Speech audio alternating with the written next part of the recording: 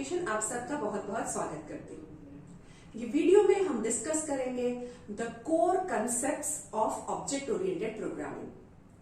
हम बोल सकते हैं the pillars of object oriented concepts हम आज के ये वीडियो में डिस्कस करने वाले हैं। कौन कौन से कंसेप्ट या कौन कौन से पिलर्स की मैं बात कर रही हूँ।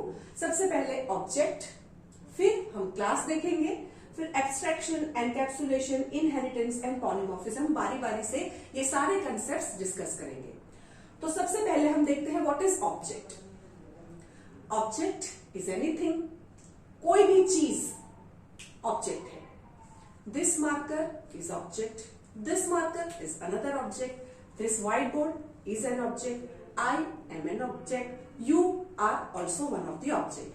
So कोई भी थिंग अगर हम बोले, चाहे लिविंग हो, नॉन लिविंग हो, चाहे वो टेंजिबल हो, नॉन टेंजिबल हो, है ना, मतलब आप उसको टच कर सकते हो, नहीं भी टच कर सकते हो, पर अगर वो एग्जिस्ट करती है तो वो ऑब्जेक्ट है। टच नहीं कर सकते मतलब समझो कि सपोज आपने अपने मशीन के अंदर एक फाइल बनाई है, may be a.txt। Can you touch that file? आप वो a.txt को टच कर सकते हो अपने सिस्टम की फाइल को? नहीं, लेकिन फिर भी a.txt एग्जिस्ट है, राइट? It is existing. उसका खुद का आइडेंटिफिकेशन है, खुद का बिहेवियर होता है, खुद की प्रॉपर्टीज होती है। दैट मीन्स ऑब्जेक्ट्स हो सकते हैं जो आप टच नहीं भी कर सकते हो या टच कर सकते हो, बट अगर वो रियलिटी में एग्जिस्ट करता है तो that is an object. So friends, what is an object? What is an object? Object मतलब कि वो चीज जो रियलिटी में एग्जिस्ट करता है। एंड हर एक ऑब्जेक्ट का अगर हम बात करें तो हर एक ऑब्जेक्ट की तीन चीजें होती है। ऑब्जेक्ट की तीन चीजें हैं। उसका आइडेंटिफिकेशन, हर एक ऑब्जेक्ट का यूनिक आइडेंटिफिकेशन होता है। उसका स्टेट होता है, ऑब्जेक्ट कौन से स्टेट में है। सपोज अगर ऑब्जेक्ट स्टूडेंट है तो स्टूडेंट का स्टेट हो सकता है कि स्टूडेंट पास हो गया या फेल हो गया। या सपोज ऑर्डर है ना, परचेज ऑर्डर, अगर ऑर्डर एक स्टेट है तो ऑर्डर हो सकता है कि प्रोसेसिंग स्टेट में हो, या ऑर्डर फुलफिल हो गया है, या पेंडिंग स्टेट में है, तो ये सारे उसके स्टेट हो सकते हैं। सो ऑब्जेक्ट का आईडी होता है, स्टेट होता है, और ऑब्जेक्ट का बिहेवियर होता है। सो हर एक ऑब्जेक्ट की ये तीन चीजें होती है। यूनिकली उसको आइडेंटिफाई कैसे करेंगे? तो उसका कुछ ना कुछ आईडी होगा। जैसे अगर स्टूडेंट है तो उसका यूनिक आईडी हो सकता है maybe enrolment number, roll number. Employ है तो उसका आईडी हो सकता है एम्प्लॉय आईडी, है ना। अगर बुक है तो उसका यूनिक कोड होता है ISBN, राइट। तो ऐसे हर एक ऑब्जेक्ट के लिए यूनिक आइडेंटिफिकेशन होता है। उसका खुद का कोई ना कोई स्टेट होता है जो उसकी प्रॉपर्टीज से डिसाइड होता है कि ये कौन से स्टेट में है, और उसका बिहेवियर होता है। बिहेवियर मतलब कि वो क्या क्या कर सकते हैं, है ना। स्टूडेंट है तो स्टूडेंट का बिहेवियर हो सकता है that student can appear for exam, student can view the result, student can attend the class. तो ये उसका बिहेवियर हो गया। तो ऑब्जेक्ट मतलब कोई भी चीज जिसके पास ये तीन चीजें हैं, आईडी, स्टेट और behaviour. Then we take what is class. तो क्लास मतलब हम बोल सकते हैं दैट सिमिलर ऑब्जेक्ट्स, जो सिमिलर ऑब्जेक्ट्स होते हैं, जिसका बिहेवियर, जिसका एक जैसा बिहेवियर होता है, उन सबको मिला के हम बनाते हैं, उसको बोलते हैं क्लास। क्लास जैसा रियलिटी में एग्जिस्ट नहीं करता है। जैसे ऑब्जेक्ट का डेफिनेशन मैंने क्या बताया, ऑब्जेक्ट को हम ये समझते हैं कि जो चीज एग्जिस्ट करती है रियलिटी में वो ऑब्जेक्ट होता है, लेकिन क्लास जो है वो रियलिटी में एग्जिस्ट नहीं करता है। क्लास जो है वो हम क्यों बनाते हैं? क्योंकि हमको सिमिलर ऑब्जेक्ट बनाने हैं। नहीं समझ आ रहा है? मैं और इलाबोरेट करती हूं। सपोज जैसे अगर आपको मानो कि चॉकलेट्स बनानी है, आजकल होममेड चॉकलेट्स का बहुत ट्रेंड चलता है, तो आपको भी ऐसी होममेड चॉकलेट्स बनानी है, and in the shape of star, है ना, स्टार शेप की चॉकलेट्स बनानी है। तो आपका गोल क्या है कि आपको ऑब्जेक्ट नेम्ड चॉकलेट बनानी है। आपको एक जैसी बनानी है, ऐसे कोई रैंडम शेप की नहीं तो आप ऐसे ही गोल गोल करके रख दो, पर उससे यूनिफॉर्मिटी नहीं रहेगी। आपको जिसका बिहेवियर एक जैसा है, जिसका साइज शेप एक जैसा बने, ऐसे आपको चॉकलेट के ऑब्जेक्ट बनाने हैं। तो आपका गोल क्या है कि मुझे चॉकलेट बनानी है। रियलिटी में आपको क्या चाहिए? चॉकलेट। पर वो एक जैसी चॉकलेट कैसे बन सकती है? अगर आपके पास वो चॉकलेट बनाने का मोल्ड है ना, ऐसा मोल्ड आता है जिसमें चॉकलेट, वो जो स्टार शेप होता है, स्टार शेप के बहुत सारे हमारे पास होल्स होते हैं, और आप होल के अंदर फिर सिरप डालते हो चॉकलेट का, जिससे चॉकलेट बनती है। तो आपको वो मोल्ड चाहिए होगा, राइट? और वो मोल्ड यूज करने से आप चॉकलेट्स रियलिटी में ला सकते हो। तो वो जो मोल्ड है वो nothing else but a class. और अगर मैं आपको बोलूं तो हम ये बोल सकते हैं कि जैसे अगर मुझे कोई भी बिल्डिंग बनानी है, I want to make a building जैसा कुछ बनाना है, रियलिटी में मुझे बिल्डिंग चाहिए, लेकिन बिल्डिंग बनाने से पहले या वो बिल्डिंग बनाए उससे पहले हम क्या करते हैं, उसका एक ब्लूप्रिंट जैसा बना देते हैं। तो ब्लूप्रिंट क्यों बनाया? क्या हमको ब्लूप्रिंट चाहिए? रियलिटी में ब्लूप्रिंट पे हमको काम करना है? नहीं, ब्लूप्रिंट हमने इसलिए बनाया ताकि जो हमारे दिमाग में है, जो डायमेंशंस, जो हमको चाहिए बिल्डिंग के बारे में, वो सब कुछ हमें ब्लूप्रिंट में हमने पहले विजुअलाइज कर लिया कि हाँ ये चीज हमको ऐसे बनेगी, ये ऐसे दिखेगा। और फिर वो ब्लूप्रिंट यूज करके हम जितनी भी बिल्डिंग्स बनाएंगे, अगर मैं रो हाउसेस बना रही हूँ, फ्लैट्स बना रही हूँ, तो सारे एक जैसे बनेंगे। हमको रियलिटी में क्या बनाने हैं? बिल्डिंग्स बनाने हैं, है ना? या तो हमने एक जैसे सोसाइटी में बंगलोज बना रहे हैं या अपार्टमेंट्स बना रहे हैं, तो वो एक जैसे बनाने हैं। बट उसके लिए पहले हम ब्लूप्रिंट बनाएंगे और वो ब्लूप्रिंट यूज करके फिर हम एक्चुअल बिल्डिंग्स बनाएंगे। सो जो वो ब्लूप्रिंट है या जो वो मोल्ड है, वो जो कंसेप्ट है वो है class, right? So what is a class? Class हम बोल सकते हैं वो ऑब्जेक्ट्स बनाने के लिए वी डिफाइन अ क्लास। पहले हमको क्लास डिफाइन करना पड़ेगा कि भाई हमको एक स्टूडेंट जैसा क्लास बनाना है और हर एक स्टूडेंट के अंदर मुझे रोल नंबर रखना है, उसका नाम रखना है, वो कौन से स्टैंडर्ड में पढ़ता है, कौन से डिवीजन में पढ़ता है ना, उसके प्रीवियस ईयर का क्या रिजल्ट था, इतना सारा मैंने डिसाइड कर दिया और मैंने क्लास बना दिया, डिजाइन कर दिया स्टूडेंट। ये क्लास डिजाइन करने से कोई स्टूडेंट नहीं बना है ना? जैसे मोल्ड घर पे ले आए तो क्या चॉकलेट रेडी? क्या ब्लूप्रिंट हमने बना दिया तो क्या बिल्डिंग रेडी? नहीं। हम जब क्लास डिफाइन करते हैं कोई भी ऑब्जेक्ट नहीं बना है, फिर हमको ऑब्जेक्ट्स बनाने पड़ेंगे of that class. Maybe मैंने स्टूडेंट क्लास डिफाइन कर दिया, फिर मैं ऑब्जेक्ट्स को इंस्टेंशिएट करूंगी। Maybe student Mahesh, student Geeta, student Ram, तो फिर गीता, महेश और राम वो ऑब्जेक्ट्स होंगे। तो I hope that is clear what is a class, right? Next concept हम लेते हैं abstraction. Now basically this four core जो है वो हमको एब्स्ट्रैक्शन, इनकैप्सुलेशन, इनहेरिटेंस और पॉलीमॉर्फिज्म हम बोल सकते हैं कि ये जो है वो हमको बहुत सारे एडवांटेजेस देते हैं, इससे हमको बहुत सारे बेनिफिट्स मिलते हैं। तो देखते हैं व्हाट इज एब्स्ट्रैक्शन और उससे क्या मिलेगा। तो एब्स्ट्रैक्शन मतलब अगर डेफिनेशन की बात करें या कंसेप्ट की बात करें तो it is say that showing only the essential information, है ना, showing only the required essential information and hiding the background details is known as abstraction. Showing only the required details मतलब कि जितनी इंफॉर्मेशन चाहिए उतनी इंफॉर्मेशन शो करो और background का डिटेल्स हाइड करो।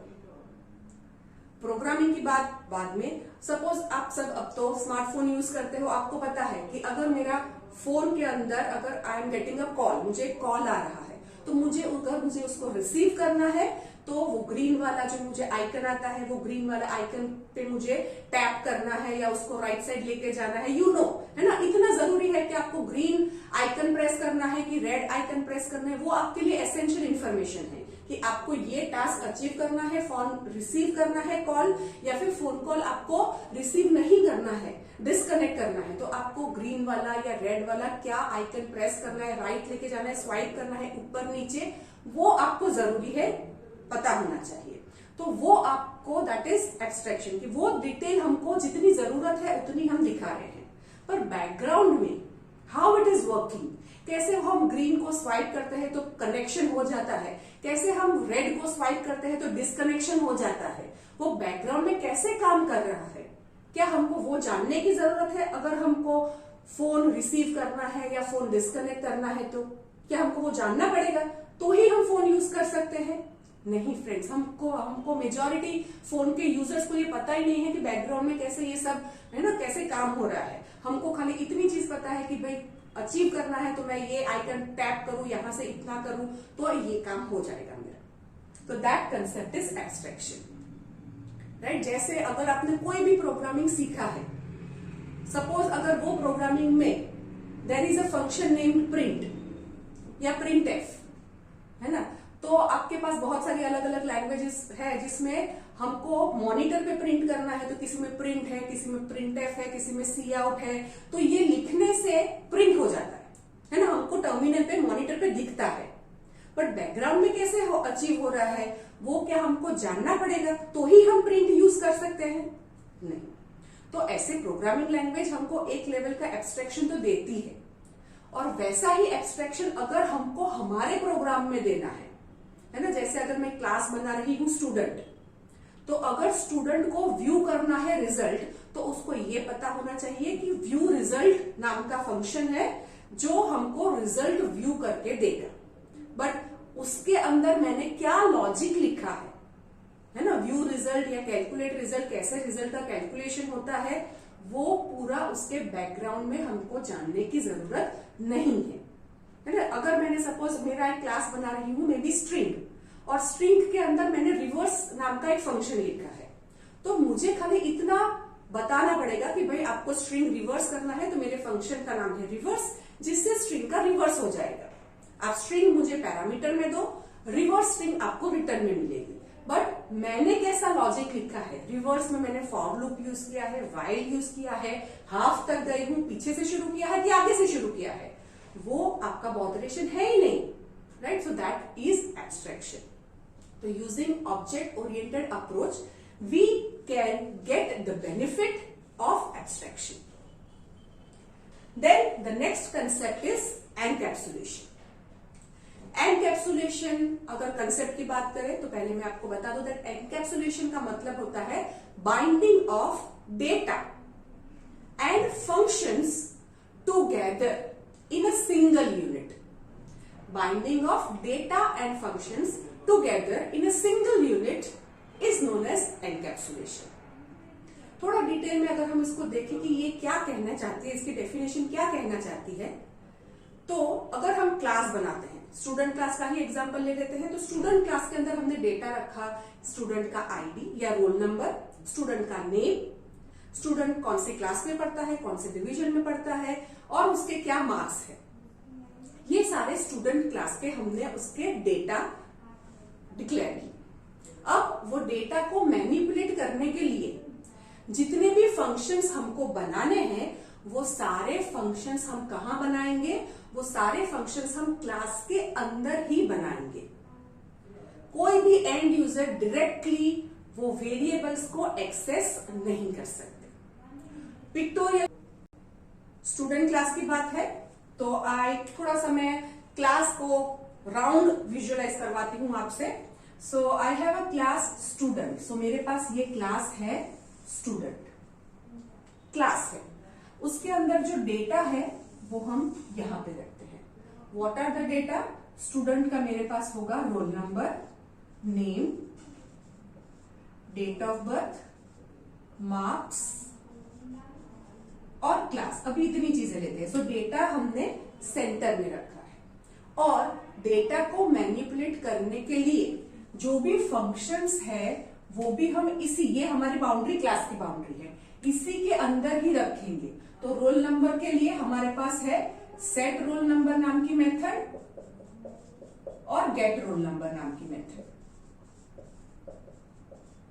राइट। सिमिलरली अगर हम मार्क्स की बात करें, तो मार्क्स के लिए हमारे पास है सेट मार्क्स, या सेट मार्क्स नहीं है, we may have a function named calculate marks and get marks.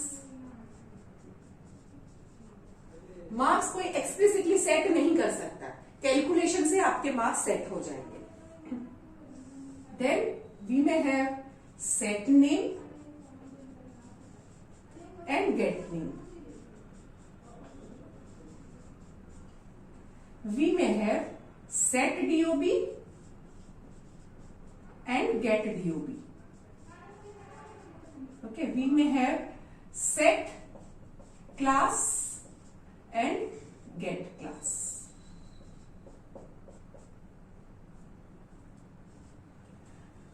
तो दिस इज एनकैप्सुलेशन कि डेटा और डेटा को मैनिपुलेट करने के लिए जो फंक्शंस है वो हमने सिंगल यूनिट, ये हमारा सिंगल यूनिट है, उसी के अंदर लिख लिया। तो दैट कंसेप्ट इज एनकैप्सुलेशन। अगर मैं इसका शेप थोड़ा सा चेंज करूं, इसको एलिप्स जैसा बना दूं, तो हम इसको कैप्सूल से भी रिलेट कर सकते हैं।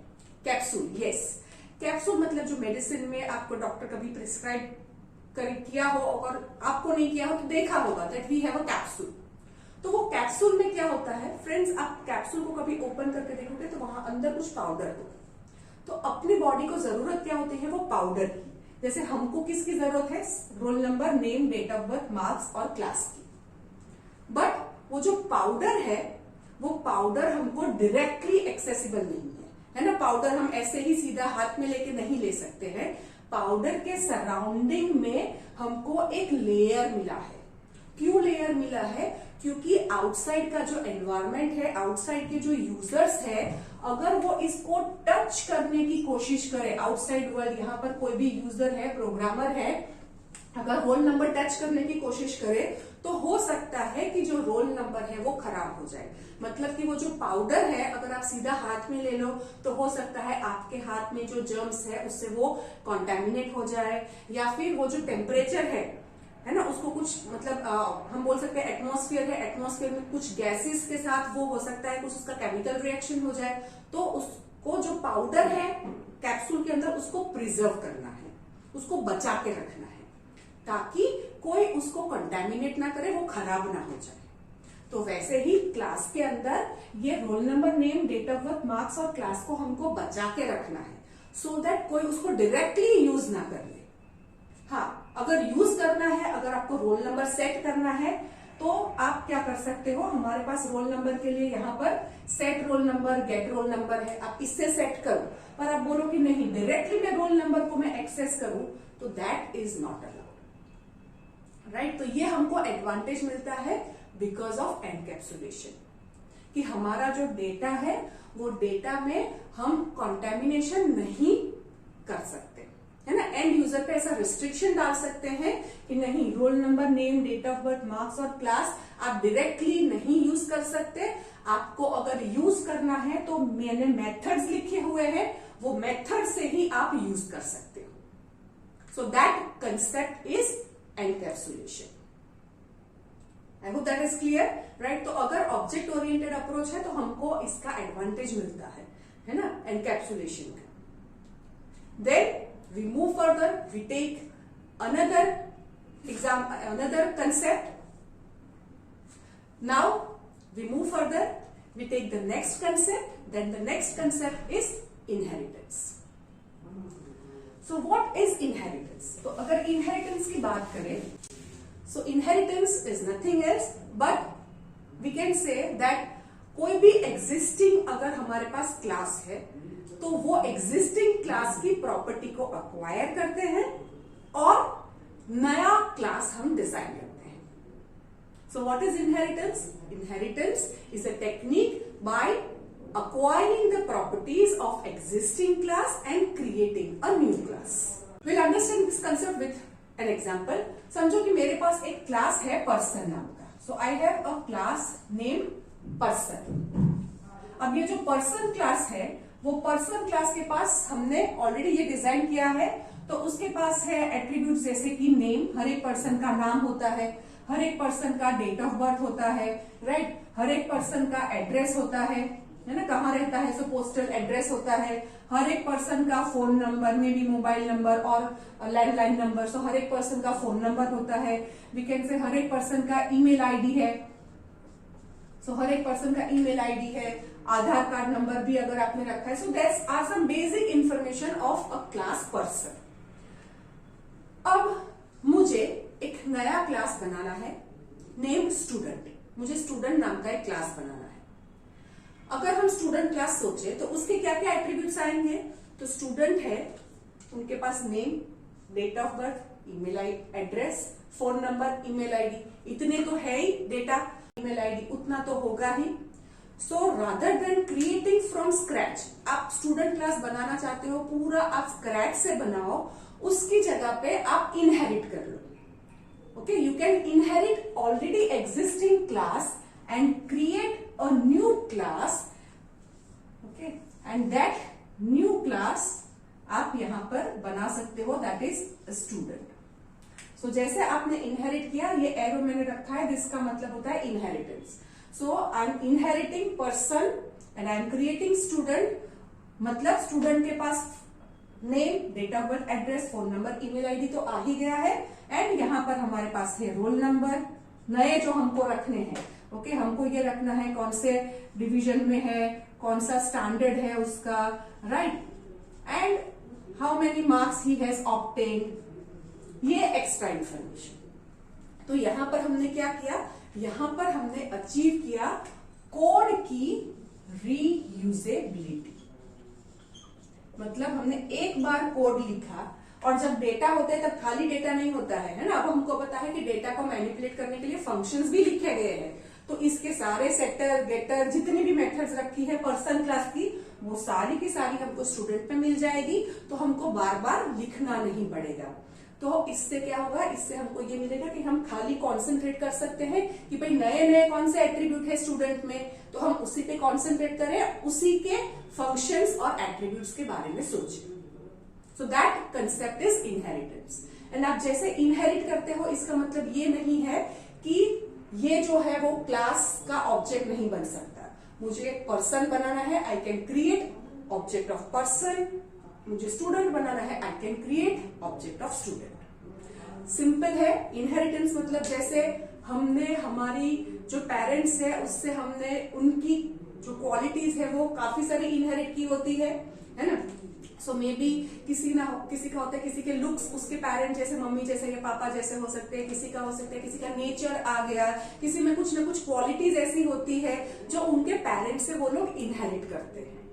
तो जैसे रियलिटी में हम पेरेंट्स से इनहेरिट करके चाइल्ड जो है उसके अंदर उसकी प्रॉपर्टीज होती है, तो वैसे ही ये पेरेंट है और ये चाइल्ड है। सो ये पेरेंट क्लास है पर्सन, और पर्सन से इनहेरिट करके हमने चाइल्ड क्लास बनाया student. This may also be known as the base class, क्योंकि ये बेस है, और इसको हम बोल सकते हैं डिराइव्ड क्लास। काफी जगह पे इसको सुपर क्लास भी बोलते हैं, इसको सब क्लास बोलते हैं। सो जब इनहेरिटेंस में जो क्लास ऑलरेडी है जिसको हम इनहेरिट करने वाले हैं, वो हो सकता है बेस क्लास, सुपर क्लास या पेरेंट क्लास। एंड जो हमने क्लास नया बनाया वो हो सकता है डिराइव्ड क्लास, चाइल्ड क्लास और सब class.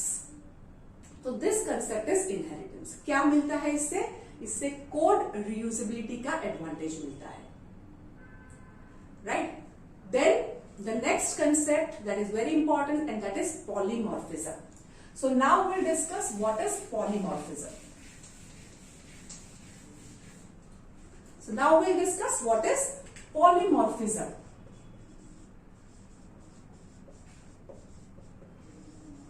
So what is polymorphism? Polymorphism is a Greek terminology. Okay, polymorph.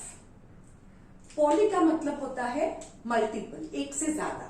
So what is poly? Poly का मतलब होता है मल्टीपल, एंड मॉर्फ, मॉर्फिंग करना, मतलब उसका मतलब होता है forms. So when we have multiple forms of a single thing, तो इसको हम कहते हैं पॉलीमॉर्फिज्म। जैसे कि अगर मेरे पास एक ही फंक्शन है, मे बी एरिया नाम का फंक्शन मैं बना रही हूं, एरिया नाम का फंक्शन है, अगर मैं यहां पर एक ही पैरामीटर रेडियस पास करती हूं तो अलग फंक्शन होगा जिसके अंदर फॉर्मूला लिखा होगा पाई आर स्क्वायर, वो कॉल हो जाएगा। अगर मैं एरिया नाम का फंक्शन कॉल कर रही हूं जिसके अंदर मैं दो पैरामीटर पास करती हूं, लेंथ एंड विड्थ, तो दूसरा हमने फंक्शन लिखा होगा जिसमें रेक्टेंगल का formula length multiply by width, वो कैलकुलेट होके हमको आंसर मिलेगा। सिमिलरली ट्राइंगल के लिए हमने अलग से फंक्शन रखा है, लेकिन अगर आप देखोगे तो सारे फंक्शंस का नाम क्या है? एरिया। अगर ट्राइंगल के अंदर हमको चाहिए तो हम तीन साइड्स उसके पास करेंगे और उसका फॉर्मूला जो है s is equal to a plus b plus c by 2 and then under root of s into s minus a into s minus b into s minus c, उससे कैलकुलेट हो जाएगा। But तीन function का नाम क्या है? Area.